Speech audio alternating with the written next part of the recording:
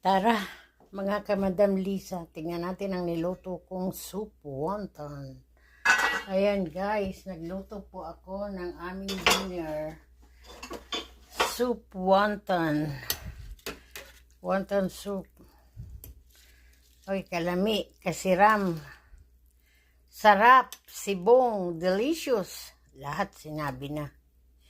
Delisyoso. Ayan guys. Kasi taglamig na dito sa Canada, kailangan na namin humigop-higop ng mainit na sabaw. Ayan guys, soup wonton.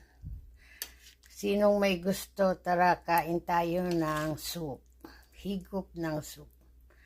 Masarap po ng pagkaluto ko. Ayan.